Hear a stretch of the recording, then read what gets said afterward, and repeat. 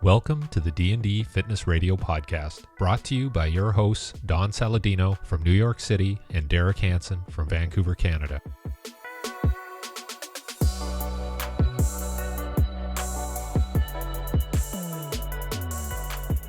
Guys, listen, thanks for coming on. It's been so great getting to meet you both. And I was telling Derek how, I think we met 2 months ago already. Yeah. It's been great getting to know these two because, you start looking at these like 1-2 combinations in the industry now, and it's amazing where our business has gone. And the first thing I want to start, so this is Doc Jen and her husband Dom Fraboni, newly married, right? What is it? The last 6 months? Yeah. About 6 months now. Yeah. So both doctors of physical therapy, both very successful. But I think it's interesting because, we've all been in the business for, a period of time. And I think when we're getting into this business, we didn't necessarily expect the turn and the pivot that we've all taken, right? Like, I mean, I'm sure when you guys became PTs, did you imagine doing it primarily through digital? Can you just give everyone a little history and talk about, how did that progression actually happen? Because I think it's fascinating. Well, for me, I stumbled across social media like by accident is what I like to say. I was posting like calisthenic type stuff because I was a gymnast in a past life. And so I love to do like my pull-ups and maintain my strength. And I would tag all the calisthenic thing because that's what I saw people were doing on Instagram. And then someone reached out to me, and from there, they started posting me. I started growing, and I was in grad school. And so it became like here's a fun like movement thing outside of studying that I can do. I can meet people, and I started posting more because people were coming to my page, and I was like, oh, okay, I guess I'll just show my journey here. And then once I graduated, I wanted people to know that I had more knowledge that could help them beyond just, hey, look at what I can do. And so I just started educating. I switched my handle over to Doc Gen Fit. I started educating. And then about a year and a half into working, I came to a point where I was just like, I have an opportunity to help people more rather than just a one-off post and hoping someone sees it, hoping it helps whatever issue they're dealing with. Like, rather than just hoping, what if I created programs and actually guided people a little bit better and could do more? And I could work with people on the side in my own capacity rather than under a clinic that I didn't always agree with. And so I just decided, you know what? Like, I had a day of just like a switch, and I just like texted my bosses and I was like, I'm done. Nice feeling. And I made the transition, and that was in 2017, and it's only continued to grow from there. But it was definitely, I never saw myself as a business person. I always saw myself working for someone else. And it's been a crazy journey of just continuing to explore and see what works and learn along the way. So Jen, you basically took like a lot of your gymnastics background and kind of applied it in terms of the exercises, because I've worked with some Olympic gymnasts and they were always pretty beat up. So how have you modified it to make sure that it is, safer and easier for other people to use? Well, people might not know, but I wasn't at the level of definitely not the level of an Olympian. Don't tell them that. They don't need to know that. Oh, yeah. Her handstands, though, she can compete with any Olympian. By the way, it was actually funny, not to interrupt, but when we were at Luca's place, we're all like, Dom and I are like deadlifting, we're doing like rear foot elevates, and then we look over at the women starting to do stuff, and Dom and I are looking at each other with Dennis Heenan, and we're like, yeah, that's out. Yeah. To do crazy stuff. Handstands I for can do a warm-ups, handstand, huh? but not at that level. Oh my God, amazing. So sorry to interrupt. What I think was attractive for people on social media was, and what people still know me for, is mobility. And it's because I do have the mobility within my body. And so being able to show up on this space where everyone especially in the very beginning of social media growth, was like gym booty and like, look at what I do at the gym and all these crazy exercises, And I was someone who was coming in, and I would kind of plan the week of like, okay, if I'm going to talk about plantar fasciitis, I'm going to show some of the mobility stuff you need within your foot and ankle, and then we'll go into like strengthening correctives and skill. But no one cared about that last part. Like everyone was like always impressed with the mobility. And I think because people didn't have access to understanding it and seeing what it could be beneficial within the body. And so that's naturally something that kind of gravitated, which I do, thank you for gymnastics for making me strong and mobile and showing that it could be both. Yeah, Tom, I mean, I think it's interesting because you have to find that fine line of like educating and giving stuff that has substance, but people need a little bit of that fluff, right? I mean, it's true. I mean, it's in a way, I don't want to say it's unfortunate, it's just how the world is.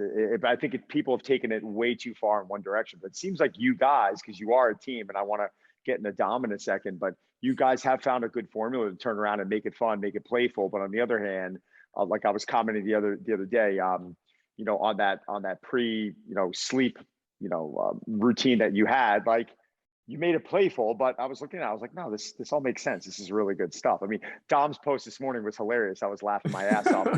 I think, what was it? It was the stair descent that got me when he's crawling down the stairs. I was like, oh, this is hilarious. But husband. Yeah, but you got to do it. You got to play that card a little bit, right? Absolutely. I mean, hey, I don't mind sitting here and let Jen doing all the talking. Like she's the one who puts out the content people really love to see. But I mean, in business, and that's kind of where I've worked into, our partnership now, is I do a lot more of the business back end. And we always talk about how you need to sell people what they want and actually give them what they need. And so sometimes, Don, to your point, you really need to, show them up front, oh, that little funny thing, Jen does a little bit of acting up front on some of her videos, but then, really give some high quality mobility exercises that people then start saying like, oh, you captured me in by like being kind of funny up front, but I did 2 of these and my back already feels better than it has in a few months. And so, yes, the unfortunate, reality of online marketing is that people want to see people with 6-pack abs. People want to see people who, look fit, whatever that might mean for you. So Jen and I try to live and walk the talk. We try to do what we preach and incorporate all sorts of healthy lifestyle behaviors into our own lives so that people can then see our profiles and maybe trust us a little more to dive deeper into the content. Yeah, do you guys have to kind of vet each other too and go like, okay, what do you think of this? Oh, no, that's too much. Or do you guys work together in that way to filter? I mean, we're pretty like individual, I would say, on our own posts and what we do, but we do the podcast together, and every Monday it's just him and I, and we're talking about a diagnosis, a pain point, a physical therapy thing. And so we are very much like going back and forth on what the research is saying, what we think, what our opinions are, how we should put it out, and like it, and we have to come together as a team in order to be able to, present the information in the best way possible so someone actually understands what we're trying to say. But as far as like, I would say like our own content, what's cool is that we're both physical therapists, and we could bounce this information off of each other, but we also approach things just a little bit differently. And that's the thing, like, I hate when people say, oh, physical therapy didn't work for me, because you go into an office, every physical therapist is going to see something a little bit differently and work just a little bit differently. Like even in a single office, let alone all of the offices across, America. So it's just, I think that's the beauty of it, is that everyone sees something just a little bit different and can bring something different to the table. Do you guys disagree on stuff? Because hey, you've been married 6 months. I've been married 22 years. Right? And Don, I don't, between the two of us, we have a lot of marriage experience. So this is the honeymoon phase right now. This is awesome. My wife's in the house. They're sitting next to each other. It's great.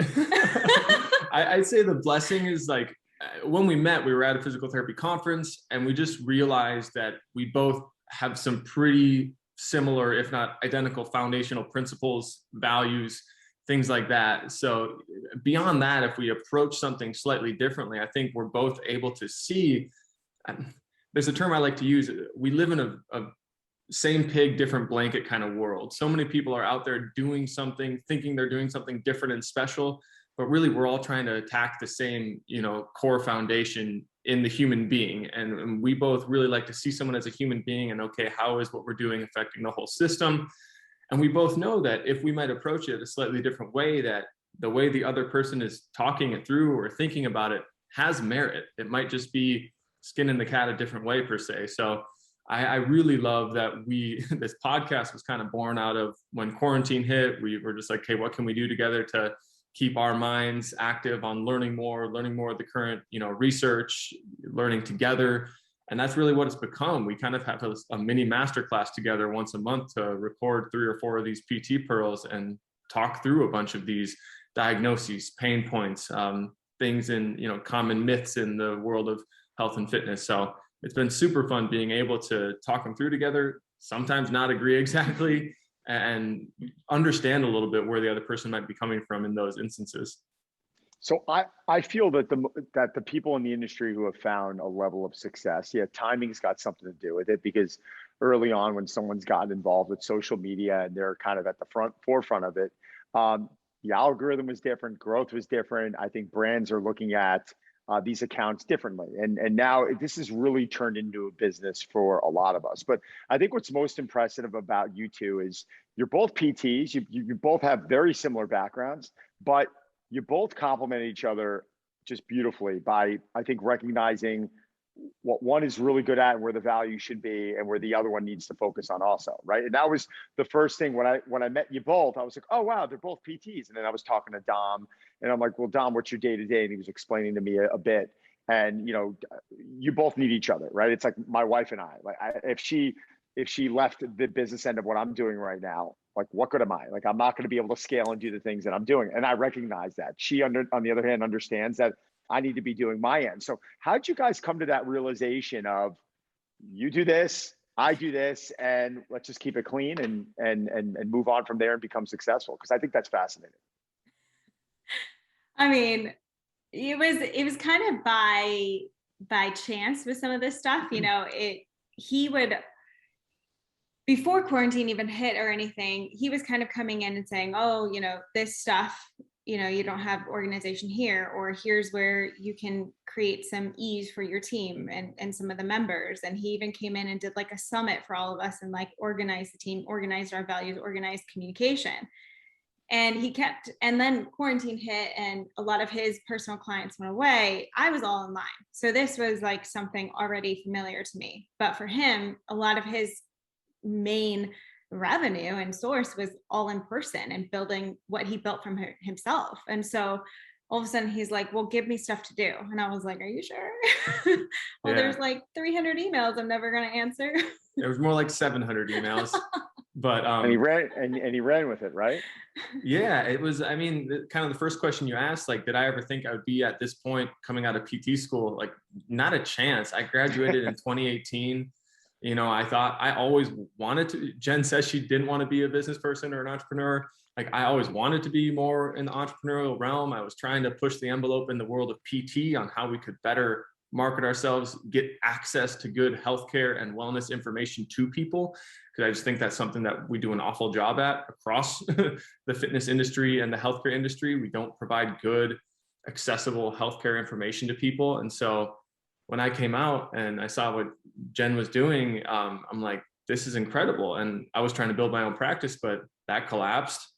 I gave myself 4, 5, 6 days to feel really bad about myself. And like, what the heck am I going to do with life now? And then I looked, I'm like, open your eyes, dude. There's like this opportunity right in front of you where Jen was drowning in emails. There was so much that, could be optimized on her team, that I had a skill set that I felt fit in really well. And so I just told her, I'm like, give me work to do. I'm just sitting on my thumb around the house here. And I need something to keep my mind busy. So ran through all those emails in like a day. And I basically found work for myself through all of that. And, now here we are expanding into so many different areas. The team is huge compared to where it was at that point. And it's been really fun kind of stepping in on the business back end. And I don't at all feel like I'm compromising my value of wanting to help provide good, accessible healthcare information to people. I am now, as a part of this team, able to do that on such a higher, magnitude and reach such, more a breadth of people around the world versus seeing people in, one-on-one in person. So It's been really cool. It's been an adjustment. I love seeing people in person. I kind of miss that from time to time, but it's super cool being able to step in and provide good value as a part of this team. Do you think that there is, like, I was in New York with Don and spent time with him, but I also taught some courses. And the in-person thing was a little foreign at first, and then I just fell back into it. Do you guys, are you going to kind of push to get back into some in-person stuff just because you feel like you need to balance it out, or are you just happy with what you're doing now? I think we both crave working with people in person and want to just keep that ability to keep our mind sharp, because you can talk things in theory all day long and say what, you know, perfect cookie cutter can look like for a person, but until you have a person in front of you, it always changes and shifts, and there's always more to learn. So I think for both of us, you know, we still crave that in-person connection and helping people in that way. It's just going to look a little bit different because of capacity. What do you feel like with today's climate, right? So we all, over the last 2.5 years, no one expected this. I didn't. I was telling you guys, I owned clubs in the city for 15 years. And fortunately, my lease expired and I was able to exit pretty gracefully on that. But even now, I'm noticing that gyms are coming back, but not to the scale that they came back.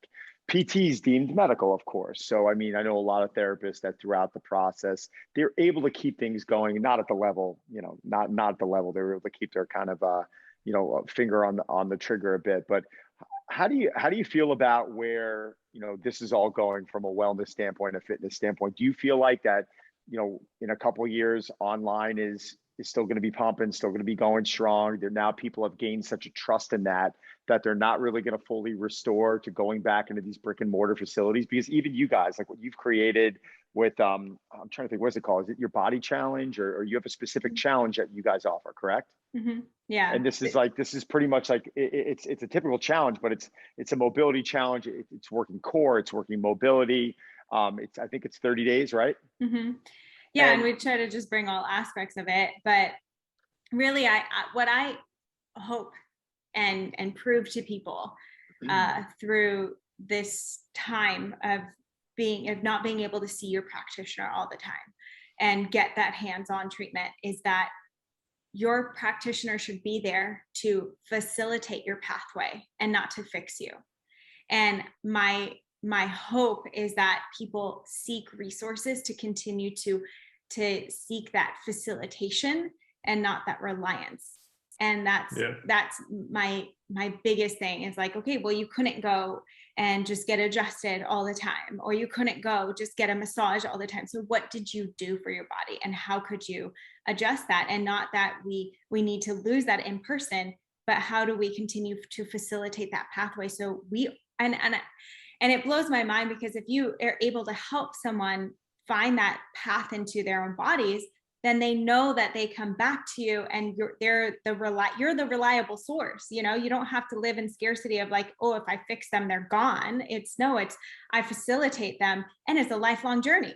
So they're always going to need to be facilitated. So I hope that shift continues to be made in people's minds. Yeah, I honestly also think what's happening is super valuable, because it's forcing providers out there who needed people to be with them in person and thought that, hey, you being here with me is the special thing that helps you progress. Like, no, we now need to learn how to empower people to independence in their journey. And I think it's so valuable for gym owners, for providers, for PTs, chiros, telemedicine, everything. Like, we're huge on access, and systems like this are going to help provide opportunities for fitness professionals to get their information out to so many more people, pivot to the online space, learn how to do it through a virtual setting like this, so you can reach more people whenever, wherever.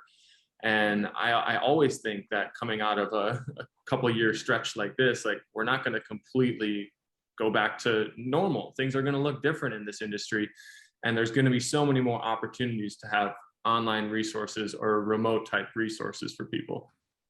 That's interesting. That whole self-sufficiency thing is interesting, because I was working the last couple of years in a PT clinic, and there was that patient who would just show up, go to the bed or go to the room or whatever, get on there and just almost like a robotic sort of routine of, and there wasn't as much progress as I would have thought there would be. And some of it might have been mental, and maybe they just wanted to come there to be around people and get some sort of mental support.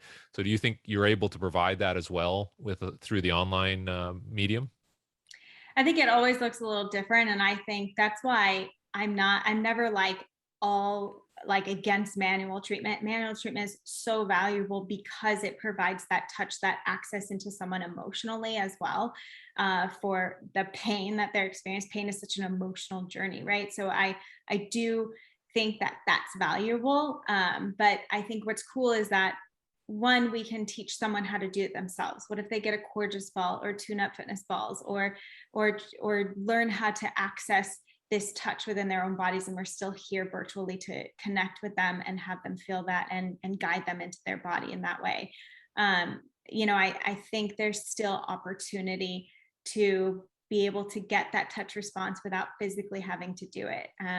Even for public health, I think teaching a woman or a man how to explore their own pelvic floor, what a powerful thing. Like no one ever does that. So I think there's opportunity to continue to explore and teach someone how to help themselves. Yeah, and what we talk about those types of clinics, we might call them the PT mills, or different clinics that you come in, you get 10 to 15 minutes of manual work on you, you get slapped with some stimulation or hot pads, and you walk out. And it's no mystery to us why people feel better. Like those things are going to distract your pain. Like there are neurologic principles that PTs are tapping into to make sure you feel better walking out.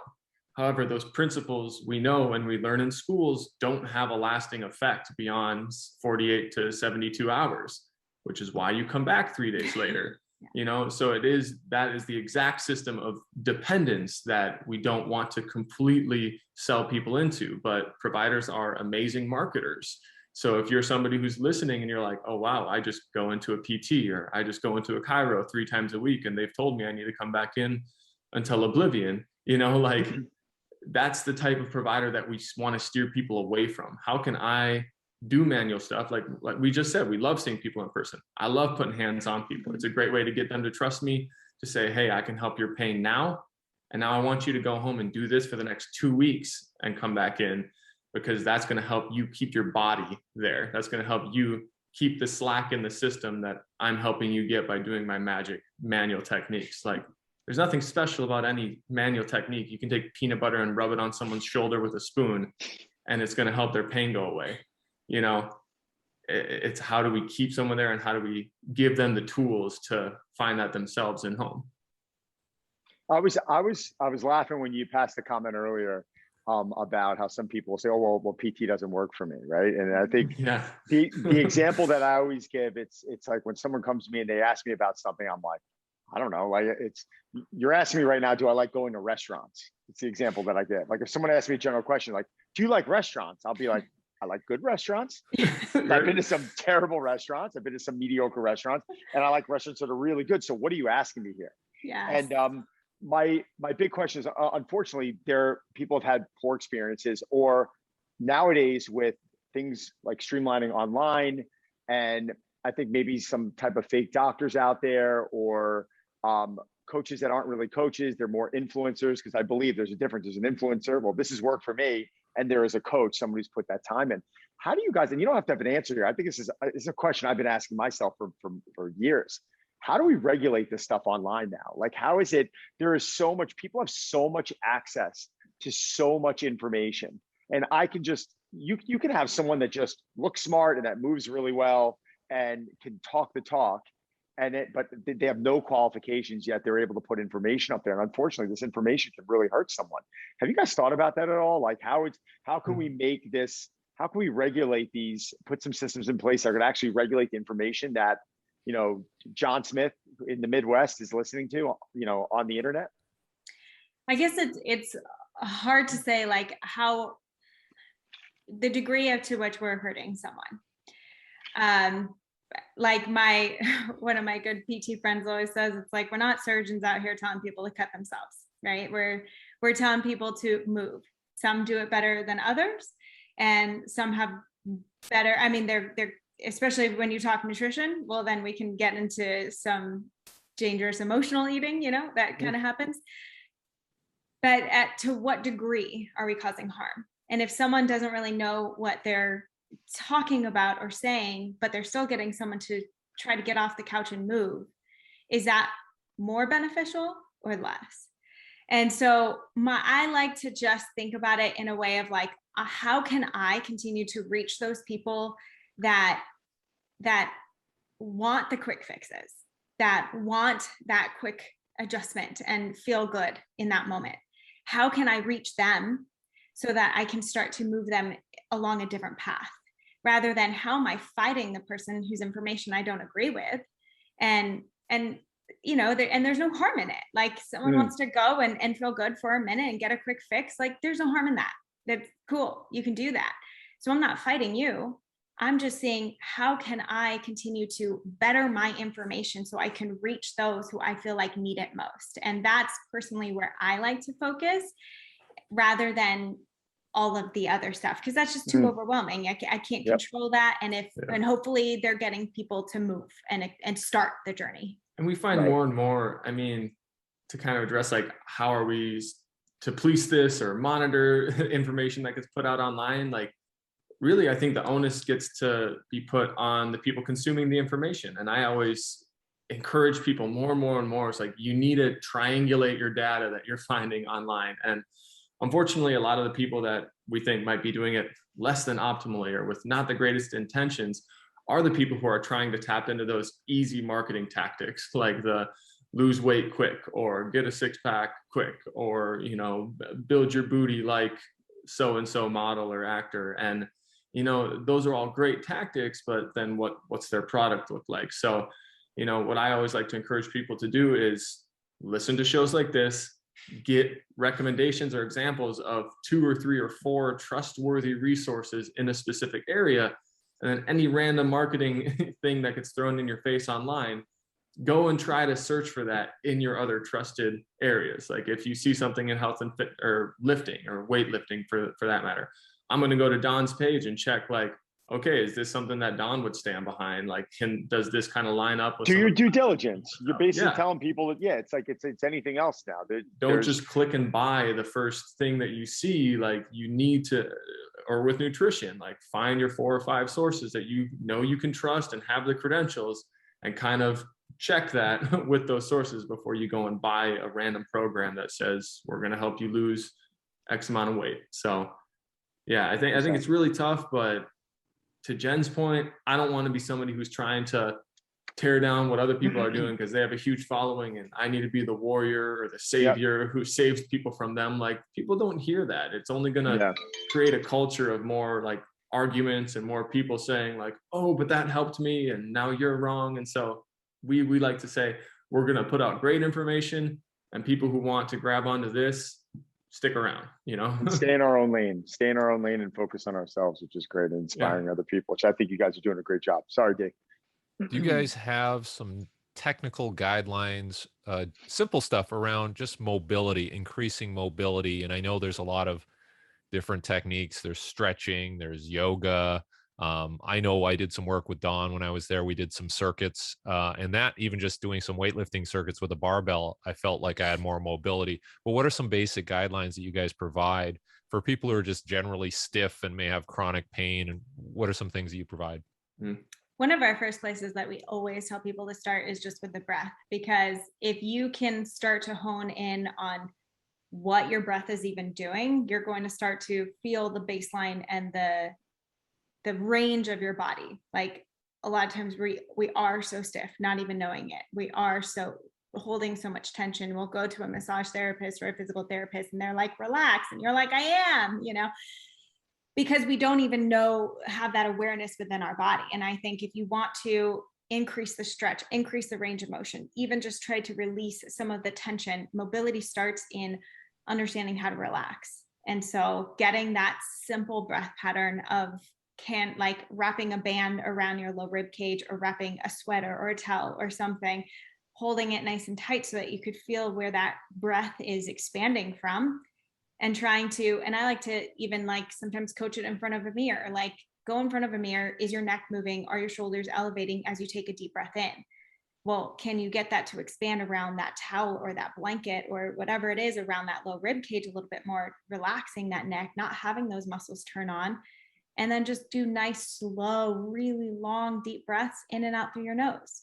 And if you do that 10 times, do you start to feel a difference in your body? Can you relax? Maybe you can touch your toes now. Maybe you can not feel so much pain in a certain area. You know, it's like, it's the first step into finding mobility within the body. Yeah, I mean, to go along with that, mobility and stretching and flexibility should never be done with a destination in mind. Your destination should never be to touch the toes or to do this for a minute. It should all be done for a sensation. So it's not about the destination, it's about the sensation. And if you find yourself going to touch your toes or sit into a hip mobility exercise and you're bearing against it and you're gritting your teeth because, oh man, this is uncomfortable, your body's fighting against yourself and you're probably not breathing.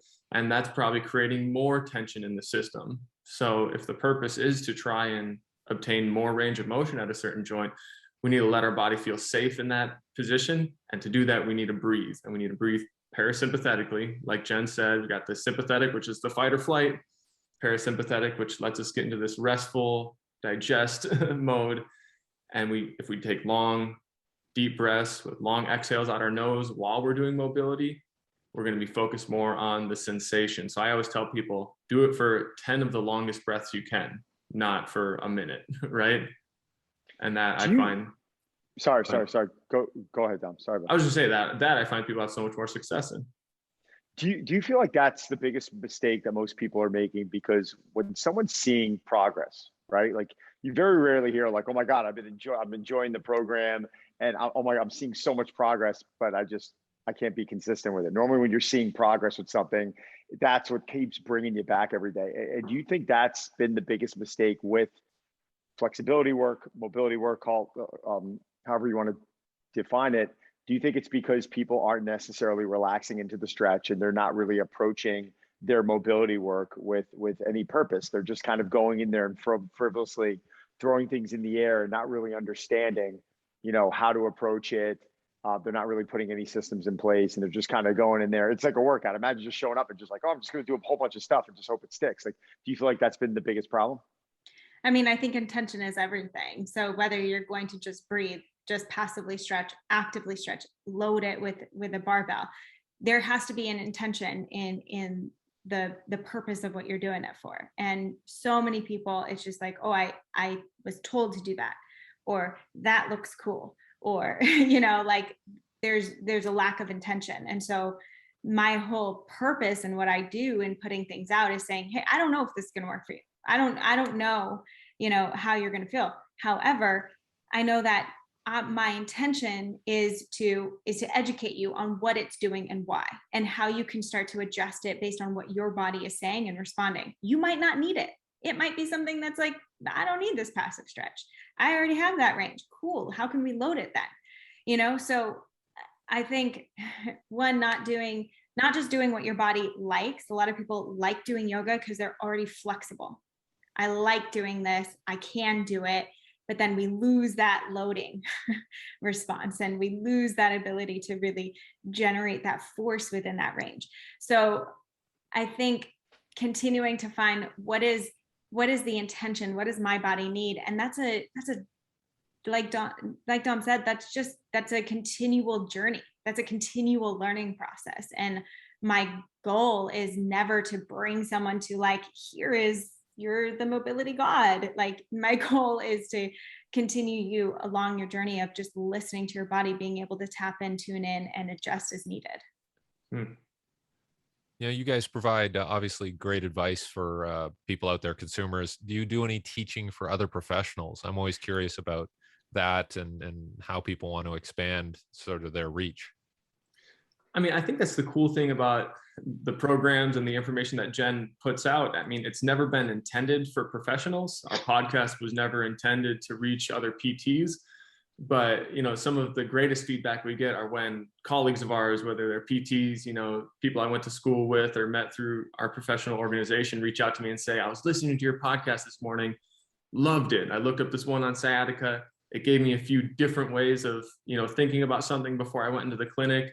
Just wanted to let you know that. And I mean, everyone goes through that imposter syndrome. And especially when we're putting a podcast out to the masses, sometimes we're like, is what we're saying actually good? Like, is this good information? So, we go through those imposter feelings in our own heads, but when we have other professionals reach out to us and are like, hey, this is amazing information, keep doing what you're doing, that makes us feel super, good about what we're doing. And we have a lot of other PTs that reach out to us now about like, how do I get my information out to more people online? And so we don't do any formal like courses or coaching for other PTs or at this time, fitness professionals. But yeah, I mean, trust me, I always have the 5 and 10 year plans in my head that Jen doesn't like when I run through. like, what is today? What's going on today? But yeah, there's always ways for you to learn from other professionals. And we like to do the same. When we go into podcasts, we do our due diligence. Yes, we look up, the actual bench research and lab research that people are doing, but then we look up some of our favorite PTs and chiros and fitness professionals, trainers that we follow online to see like, hey, what do they say about this topic?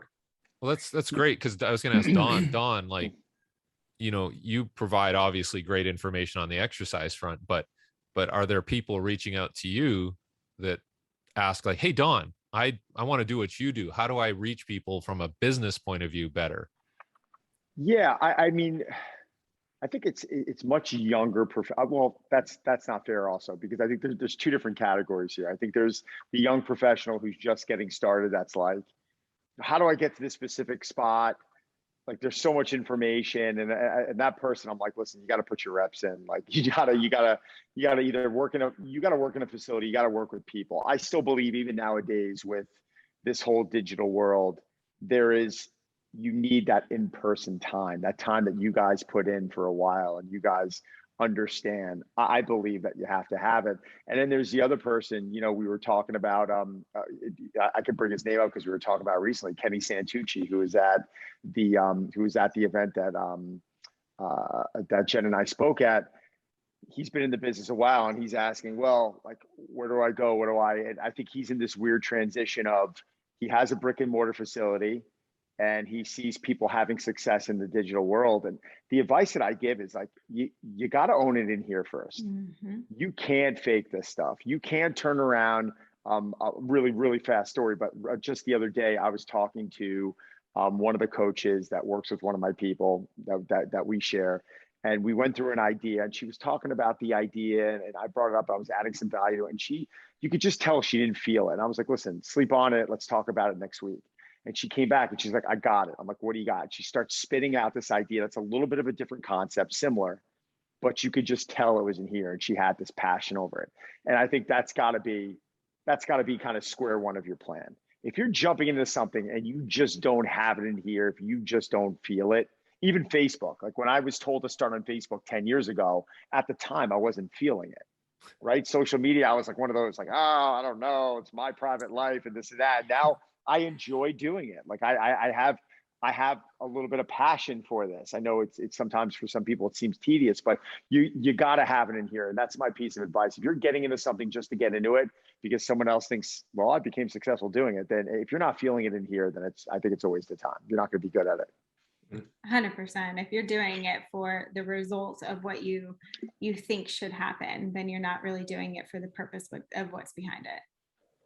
I have one thing that I wanted to ask. I know it seems a little disorganized because I should have covered this a while ago, but when we were talking about the breath work, when Jen brought that up, I was like, well, I think it's magic. Yet when you have people come in who don't really understand the body like you guys do, or like Derek or myself, well, how's breath work how's that going to help improve our well-being? And that makes no sense. The example I give, it's like riding. You guys ever jump into a car and you start the car up and you start driving, the parking brakes on? I feel like when we start dialing in that breath work, I almost feel like it's releasing that parking brake. We just feel the car go and what it does to the nervous system. It's the example I like giving, but can you break this down for like a 12-year-old right now? Someone's like, I still don't get it. What does that mean? Why is this breath work so important? Why is relaxing into the stretch so important? And neither of you can take this. Okay. So, I mean, breath is the one way that we can kind of take control of our nervous system, and breaking that down even more, like our brain and our nervous system is what causes us to automatically respond to the stimuli and the environment that are around us. And we have part of that nervous system that likes to protect us and respond in a way that's going to make us feel like we need to fight or flee or faint, right? And then there's another part of this nervous system that allows us to kind of relax and feel like we're safe and at ease. And I mean, just a great way to feel both sides of those is if everybody listening takes like 5 or 6 really quick inhales, like like that is an excitatory thing to the system. That's going to get you a little more amped up. That's why you see people before competitions or before they go lift weights take a few really big inhales like that before the gun goes off and their race starts. It's getting them in that fight or flee mode so that they just go and they perform. Versus if you take an inhale through the nose and try to exhale as long as you can out the mouth for like 5 breaths or 10 breaths, you will feel something in your system if you just take a deep breath in and then exhale like you're blowing out a candle, or even just exhale out your nose for like 10 seconds if you can. It might be difficult at first, but that's something that's going to help us relax into that nervous system. And so how it relates to stretching or how it relates to mobility is, as soon as we get into that relaxation system and we're breathing out the nose, our brain is sending out so many fewer signals to all of our muscles saying, hey, we need to be on guard. We need to be ready to fight. It's going to allow us. People ask me, oh, what's the best stretch? What's one of your favorite stretches? And I say, lay on your back and take 10 long exhales, because that's going to help us relax and gain more mobility in almost every muscle and joint of our body. Mm-hmm. And I like to say it of like, if you have a super contracted muscle and we're trying to build on top of that, it's going to be really hard. But if you can learn how to relax it and lengthen it and then contract it fully, like that's where we can get that full spectrum from what Dom was saying with the full relaxation to that excitatory, like on guard state. So just to add value to what you both said, that's why anytime I go on vacation, even if I'm not stretching as much, is when my body feels the loosest. I can get in a position, and it's hysterical. Yeah. You're waking up without an alarm clock. You're breathing a little bit more. You're putting your phone down a little bit more. You might be in the sun or on the mountain or wherever you might be, and it really is, in my eyes, one of the most underrated, underlooked areas by the general public, because it's just not sexy. And in my opinion, if you could just start with 3 to 5 minutes a day of this stuff. Derek, are you going to run faster? Tell me. What do you think? I just know that flying out to New York and back with 6 hours on a plane, wearing a mask, that's what kept me from having a nervous breakdown, was actually working on my breathing. So he also worked out with me before he jumped on the plane, and I just had to hear him complain for the next 3 days that he was sore and that he couldn't get his baggage out of the baggage room. Yeah. Come on. Guys. I think I struggled to get out of the seat in the airplane after we left Seattle. Oh, you were an animal too. I was laughing about it when I was on your podcast. I was like, that was fun when we all got together and when we trained like that. Like, to me, that's part of, like, you don't even know where the time goes when you get a group like that. We're going to do that here with everyone when you guys end up coming out. We'll have a great time. Could you guys let everyone know, like, if they're interested in checking out your challenges, learning more about what it is you do, they want to jump into one of your programs, where do they find you? Give me both your social media handles right now so our people can jump on, and please give them both a follow. Doc Gen Fit for me, like across the board, is where everything lies. There's still more education information on the optimal body. We do like educational swipe throughs, either on research, pain point stuff. So that's the optimal body and the mobility method. It's a little different than my own page, where it's more just like video information. And then docgenfit.com, you can find all of the stuff, but we are moving to a different platform as well. So if people just type in gen.health, we're going to have a new app, we're going to have a new platform, we're going to have everything transitioning over there. So yeah, I would say go sign up at gen.health. The waitlist is going to open soon. Yeah, that's super exciting. I'm at Dr. Dom DPT. That's where my personal Instagram is. And our podcast is the Optimal Body Podcast. You can also find that on our website, but we put out 2 episodes a week. one that just Jen and I do, and one that we do with awesome guests like Don. So yeah, tons of places to get information. Most of it can be found right from the main website, but thanks for having us on. This has been a blast. No, awesome. It's been so great getting to know you guys. And if you don't mind, get me over like an asset when you guys are launching your new platform. I'd like to put it up on my stories for you, because I really believe that you guys are going to be, this is all about helping people. Like, I'm not one of, and Derek's the exact same way. I can't believe how much content Derek's giving away. My job right now is to help people get into a better place. Yeah. And it's not about like, oh, I got to keep the business. I feel like if we all just spread the love a bit, and we all become this community and this network, then we all win. And that's what it's about. So please get me over something when you guys are ready to launch that, and I'll throw that up on my stories. And Derek and I will let you know when this goes live. Right now, my videographer is putting together a whole new intro to our podcast, because our podcast intros in the past just weren't, like, we were just kind of freewheeling it a little bit. So we're gonna put a little love beat behind it. So we're gonna get that mixed in with that new intro. So it'll probably be a few weeks, but as soon as it goes up, we'll let you know. If you guys can share it, that'd be awesome as well. Amazing. Yeah, of course. Yeah, and Derek, I think we might want to have you on the podcast talking about running form if you're open to that. Yeah, no problem. Anytime, as long as I don't have to lift weights while I'm talking. So. You don't. Especially with that mic, man. Come on. Especially with that mic, man. You got the perfect, podcasting voice right over there. Yeah, it's all an illusion. So you guys are gonna love filter you have on there, right? Yeah. You guys are gonna love having them on. I mean, I've half of three-quarters of the stuff that I use from a running mechanic standpoint, I steal from him. So I admit it openly. Yeah. But guys, listen, thanks so much for coming on. Hopefully we'll be in touch in the next few weeks, and we'll see you guys soon. You too, man. Thanks, you both. Bye. Take care. Thanks, Steve.